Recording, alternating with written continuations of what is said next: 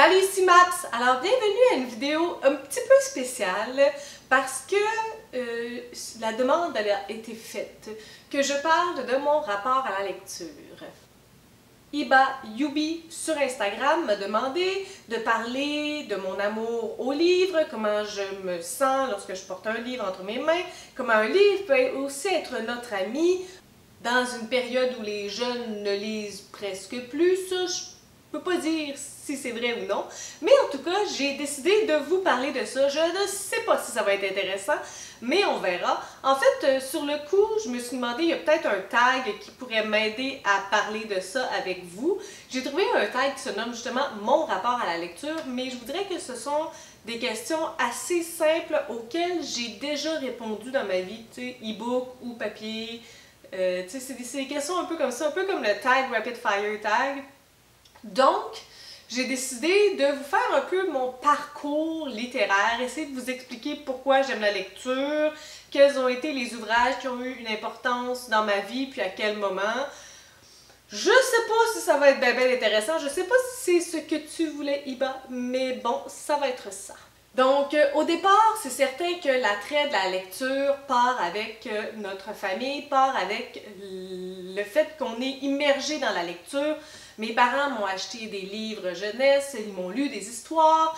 Ma mère m'a apporté au Salon du Livre tellement qu'elle a perdu ses os au Salon du Livre de Saguenay parce que je suis monotone. Donc, j'ai toujours dit, ben, si vous voulez pas que j'aime les livres, il fallait perdre tes os, genre dans un jardin botanique, pour que j'aime les fleurs, en tout cas. Je me suis trouvé des excuses pourquoi j'aime tant lire. En fait, je vous dirais que probablement qu'un des premiers signes précurseurs à ce syndrome, c'est que j'ai rapidement lu vite. Qu'est-ce que je veux dire par là? C'est que ce n'est pas vraiment différent d'aujourd'hui, mais lorsque je lis très rapidement. Et lorsque j'étais jeune, c'était la même chose. Lorsqu'on avait un petit texte à lire, je le lisais, puis là, je regardais tout autour, puis il n'y avait personne qui avait fini de lire le texte. Donc, je me suis rendu compte assez rapidement que je lisais plus rapidement que les autres. Ça ne veut pas dire que je lis nécessairement mieux. J'ai une bonne fluidité, mais c'est certain que la compréhension, elle en perd des bouts. Surtout, par exemple, dans les descriptions physiques ou des lieux, ben moi, je suis pas quelqu'un qui m'attarde à ça. Puis m'attarder, ça me fait un peu perdre tout plaisir, mais ça, c'est un autre problème. Mais j'ai toujours été comme ça et je serai toujours comme ça. Même aujourd'hui, dans les examens, je fais les examens en one-shot. Je m'assure que mes questions sont bien répondues. Et me réviser, oublie ça. Donc, dans ma vie, j'ai toujours été comme ça. Je lis rapidement, je lis une fois.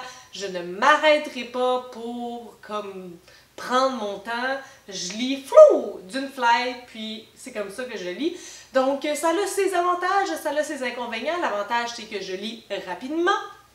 L'inconvénient, c'est peut-être que je mémorise moins ce que je lis parce que je lis trop rapidement. Donc, mais c'est la personne que je suis, donc je peux pas vous dire autrement que c'est comme ça que je suis et comme ça que j'aime être et comme ça que j'aime lire. Donc mon rapport à la lecture a commencé comme ça et forcément vu que je faisais un petit peu tout vite, ben les travaux aussi je les faisais rapidement. Puis une fois que j'avais terminé mes travaux, ben je me tournais un petit peu les pouces. Puis de là à faire des pages et des pages d'enrichissement, parce que c'est ça qu'on fait avec les élèves qui vont trop rapidement, ben éventuellement la lecture est rentrée dans ma vie. Et un moment assez important de tout ça, c'est en 5e année, avec Madame Priscilla. Je ne me souviens pas ce que j'avais terminé ou qu'est-ce qu'on faisait précisément, mais je me souviens du moment où elle a pris dans sa bibliothèque ce livre-là, La Lumière Blanche d'Annick Poitras. La Lumière Blanche a été un livre crucial dans ma vie. C'est l'histoire de Sarah qui rencontre Serge et c'est un drame. C'est un drame qui arrive rapidement et c'est un drame qui va deep and deep and deep. La preuve, c'est qu'après la lumière blanche, il y a la deuxième vie. Après la deuxième vie, il y a la chambre d'Éden. Et après la chambre d'Éden, il y a la chambre d'Éden tome 2.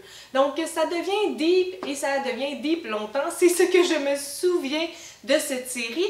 Sauf que, outre tout ça, ça m'a fait prendre conscience d'une autre portée de la lecture, qu'elle pouvait être vraiment comme prenante, puis que ça pouvait faire mal, mais qu'au fond, ça fait du bien.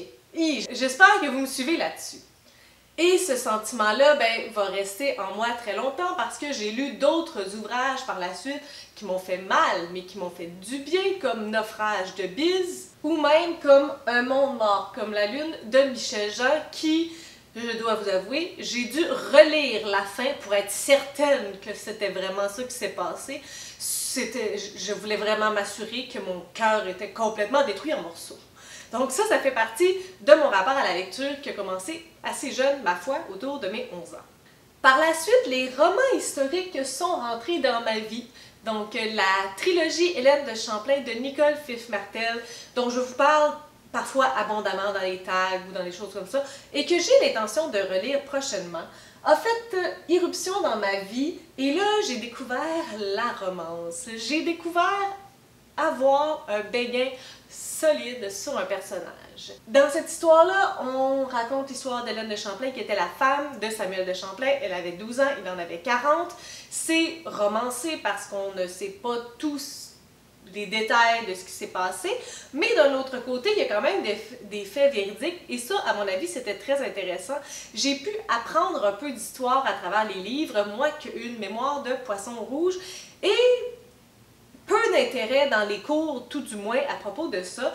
Donc, tu sais, j'ai lu la Deuxième Guerre mondiale dans ma vie 1 million de fois. J'ai de la misère à me souvenir des dates, mais j'ai toujours autant de plaisir. Ben, en tout cas, c'est pas hyper amusant de lire sur la Deuxième Guerre mondiale. Ben, je vais utiliser mon plaisir, mais en tout cas, je suis pas sûre que c'est le bon mot. Mais j'ai toujours autant de plaisir à relire des moments historiques et à me plonger dans ces événements-là, qu'ils soient tristes ou qu'ils soient beaux, qu'ils soient juste importants. Ça me fascine d'un certain côté. Donc, tu sais, la découverte de la Nouvelle-France, du Québec, est quelque chose d'assez fascinant aussi. La vie telle qu'elle est aujourd'hui, par rapport à telle qu'elle était lorsque Samuel de Champlain a mis les pieds ici.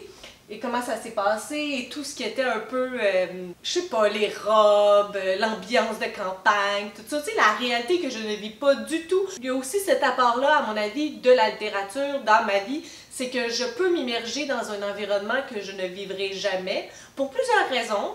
Donc, les romans historiques ont vraiment eu un apport très important dans ma vie. Marie la Flamme de Christine Brouillette, Le Royaume de mon père de Fabienne Cliff, c'est indéniable, c'était, à mon avis, la plus grande partie de mon enfance-adolescence, les romans historiques. Lorsque je suis déménagée du Saguenay pour venir ici, lorsque j'étais en 4e année, lorsqu'on était en 2000, environ 2001, il y avait le phénomène Harry Potter, puis j'avais vraiment pas d'intérêt pour ça. Je ne voulais pas faire partie de la masse, ça me tentait pas, donc j'ai été réfractaire assez longtemps. Ben, tu sais, en termes que ça devenait pas mal populaire, puis moi j'étais comme non, ça m'intéressera pas, non, j'aimais pas ça. Par contre, je dois vous dire que c'était mes premières armes avec le fantastique fantasy, genre littéraire que je n'avais pas vraiment découvert préalablement parce que je lisais de l'historique. Donc ça, par contre, ça a eu cet avantage-là. J'ai découvert le fantastique, le fantasy avec Harry Potter. Je peux pas vous dire que je suis une fan incontestée des Harry Potter. Je vois des gens complètement fous d'Harry Potter, puis je suis vraiment pas sacoche par rapport à ça. C'est peut-être juste parce que moi, ma maison, c'est celle qui est la plus absente des livres. Pouce souffle! Si j'ai découvert le fantastique fantasy avec Harry Potter, je n'étais pas prête encore à aller plus loin dans mes amours. C'est pourquoi je suis allée plutôt dans la romance. Guillaume Musso a été un auteur très important dans ma vie. Pendant un moment, je ne lisais que du Guillaume Musso. Là, on allait dans une librairie puis je regardais simplement sa section à savoir quel livre je n'avais pas lu. Donc, la romance a pris beaucoup d'ampleur dans ma vie. Hashtag Guillaume Musso et Nicolas Sparks. J'étais bien dans ma petite zone de confort. Ça me faisait lire malgré tout. Il n'y a pas de mauvais genre littéraire, mais pendant un moment, ça a vraiment été ça qui était le plus important. Même des petits romans harlequins. La romance a vraiment beaucoup fait partie de ma vie pendant un certain moment. J'ai même tenté la chick lit, sauf que là, je vous dirais que ça a fait un peu pour des raisons que je m'explique peu, puis d'un autre côté que je m'explique quand même. De sens que je me considère pas comme une fille typique. Le maquillage, j'en ai pas. Me faire les ongles, ça m'intéresse pas tant que ça. L'histoire de pédicure, de manicure, un peu le stéréotype de fille qu'on pourrait imaginer. Ben, je suis pas là. Donc, dans la chick lit, on met souvent d'avant ce type de fille-là et c'est de la littérature de filles pour les filles, donc on met des éléments qui intéressent les filles, qui ne m'intéressent pas nécessairement. Donc c'est un peu peut-être pour ça que ça a fait flop avec moi. Je voudrais que j'ai essayé la chiclite, mais je me suis rapidement rendu compte que ce n'était pas pour moi. Le temps a passé, les années ont passé, et puis pendant mon cégep, je dois vous dire que j'ai pas tant lu. Le temps était à la fête, au jello shooter, puis je sais pas ce qui s'est passé pendant ces années-là.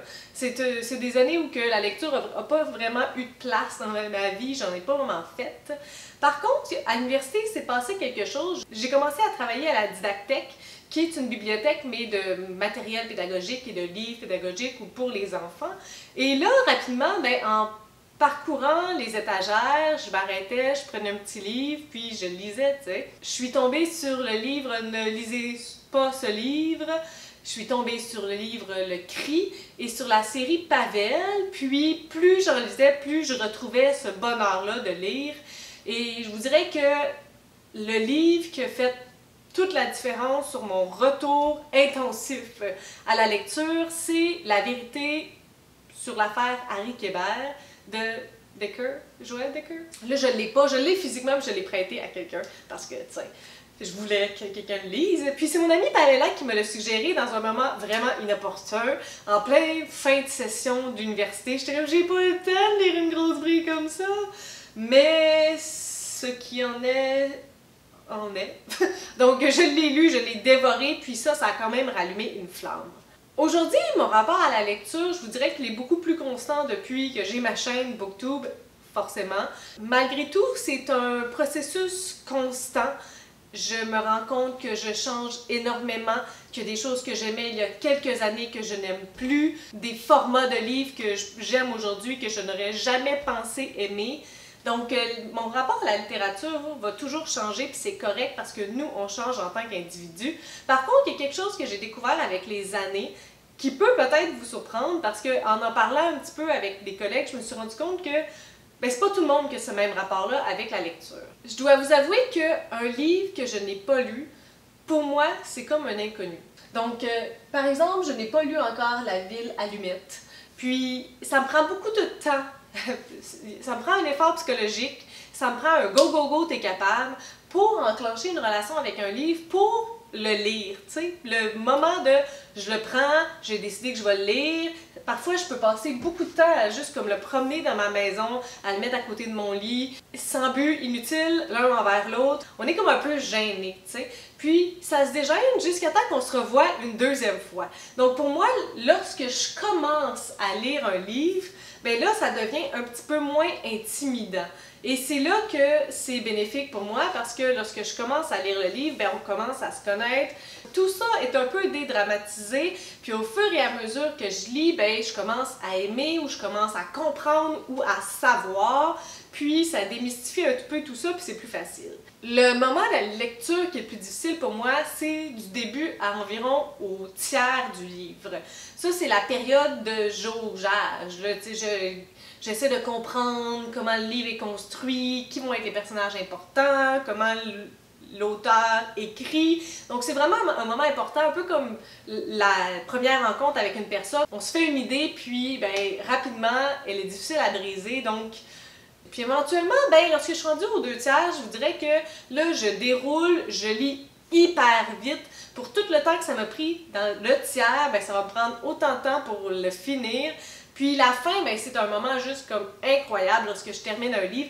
Les 50 dernières pages, j'ai tendance à juste les dévorer parce que c'est juste comme voir la fin, c'est comme un petit défi, un petit but qui est terminé, c'est voir qui est achevé, c'est juste comme incroyable. Le feeling, le sentiment que j'ai à voir les pages avancer, tu sais, c'est pour ça que je préfère aussi les livres en papier, là, mais plus que l'histoire avance, plus que je jubile, je capote.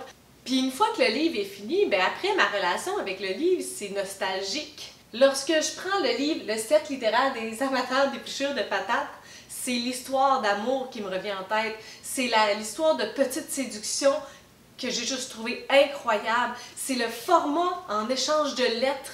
Donc c'est des souvenirs un peu comme un ami qu'on a vu plusieurs fois, puis que là on a des des souvenirs ensemble. Il s'est passé quelque chose, on n'est plus des étrangers, ils sont plus étrangers pour moi, ils sont devenus du connu. Et puis là, ben, les souvenirs qui sont reliés à eux, ils peuvent être plus ou moins intenses, dépendamment de ce que j'ai vécu en les lisant, dépendamment de où est-ce que j'étais parfois aussi. Pour moi, la lecture, ben, c'est un passe-temps. Lorsque j'ai du temps devant moi que je peux utiliser à faire quelque chose, ben, la lecture prend souvent la première place. Pour moi, la lecture, c'est quelque chose qui me permet de sortir de mon univers normal, sortir de ma zone de confort. Par contre, je sais que lorsque je suis très anxieuse ou lorsque j'ai passé une journée très difficile au bureau puis que j'ai vraiment tout ça en tête, il m'est impossible de lire. Peu importe le livre. Donc ça, c'est important aussi qu'on apprenne à se connaître puis qu'on dédramatise aussi les journées qu'on lit pas. Ça m'arrive souvent, des journées que je lis pas, puis parfois, entre deux livres, c'est là le plus dangereux pour moi parce que, vu que j'ai de la misère à prendre un nouveau livre puis à commencer un nouveau livre, ben, le gap peut être long entre les deux. Donc, tu sais, c'est des moments comme ça qu'on apprend à se connaître, puis c'est correct d'avoir le rapport à la lecture qu'on a. Et j'espère que c'était amusant et que j'ai répondu à vos questions, si vous en aviez. Sur ce, si vous avez des suggestions, des critiques, des commentaires, n'hésitez pas à le faire en dessous de ma vidéo. Je publie des vidéos à tous les 3 jours. Si vous aimez cette vidéo, n'hésitez pas à mettre un petit pouce ou à vous inscrire à ma chaîne. Et sur ce, je vous souhaite de bonnes lectures.